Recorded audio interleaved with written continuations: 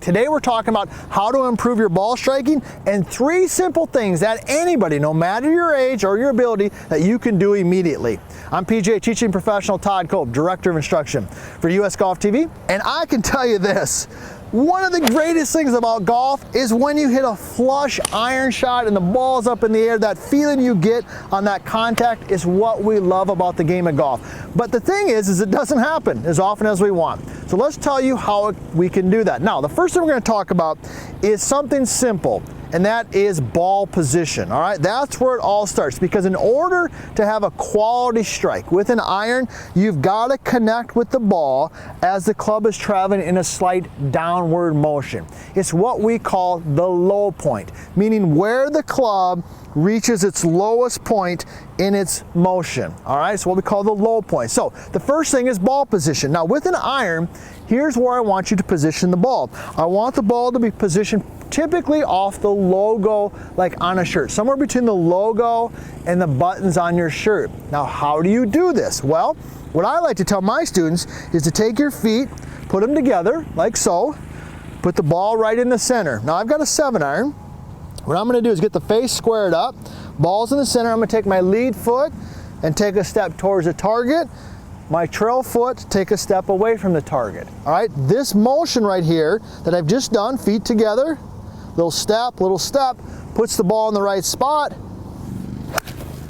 Boom, go ahead and swing it, and there it is. Now, a lot of golfers, they just make the mistake of the ball's in the wrong spot.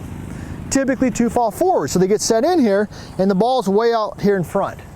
Now it's fine if you're hitting a hybrid or a driver, but when you're hitting an iron, you've got to move that ball back a little bit so that it matches where the club is traveling in that downward motion, so you get that strike, that feeling that you're looking for. So that's tip number 1, check your ball position. Now the next one is what I like to call swing direction. Okay, and then we're going to talk about another one with movement of pressure, all right? Swing direction. So here's what you need to know. And I've done some great videos on this. If you haven't already, you got to subscribe to our channel here at US Golf TV. Join the family of golfers. We are helping people all over the globe play great golf. I love hearing from you too. I love hearing from you. So leave some comments and ring the bell so you know when we got a new video coming out. But swing direction really impacts where the club hits the ground. So let me show you something once. All right? I do this in chipping a lot. We've got some wonderful videos on chipping. If you struggle with your chipping, check those out. But when I swing the club straight back and straight through, like this, okay, you can kind of see where it hits the ground, right? Kind of right in the middle of my feet, right? But as I start to swing the club inside, notice where that club hits the ground. See how it moves backwards? All right, now I'm gonna go back to square. Here we go, straight back, straight through. Now I'm gonna go the other direction. I'm going out and across. Notice where it starts hitting the ground? In front. That right there is gold. If you understand that, that is going to help you with every club in your bag, all right? So let me show you what that means for your golf swing. Most of you, if you're struggling with contact, especially with your irons, when you swing the club back, you're taking it too far inside. All right, so when you do that, it goes inside. Okay, you can see that there. I bottomed out behind it, weak, just kind of clunky, didn't go anywhere, actually hooked because I rotated the club face. Not a good shot. What should you be doing? When you swing the club back, I call it the vertical line swing. It's so simple, it's crazy, all right? You're just gonna swing it straight back right here. So the club goes straight back, it goes more up, that moves the bottom of the swing forward. Remember our example? Inside, bottom of the swing backwards, top, skull, chunky, more straight back, more vertical line.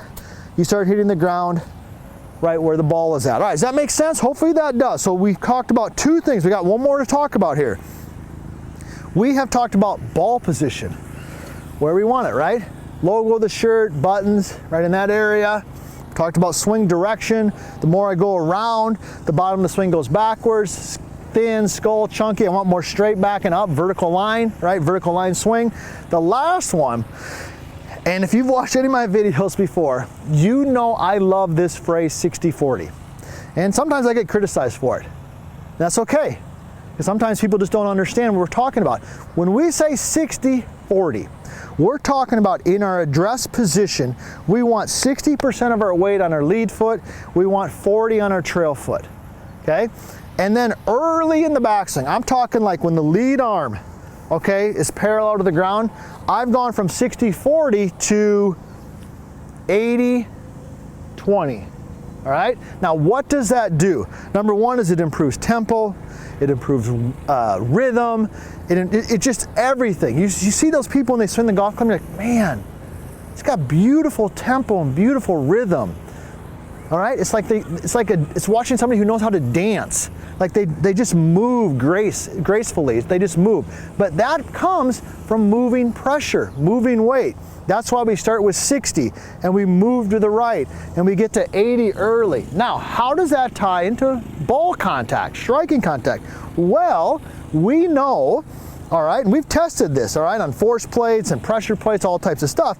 At impact, the best ball strikers have more weight on their lead foot. So at impact, I don't know, 70%, 80%, 85%, it depends on the style of golfer and the club they're hitting, but we know this for sure.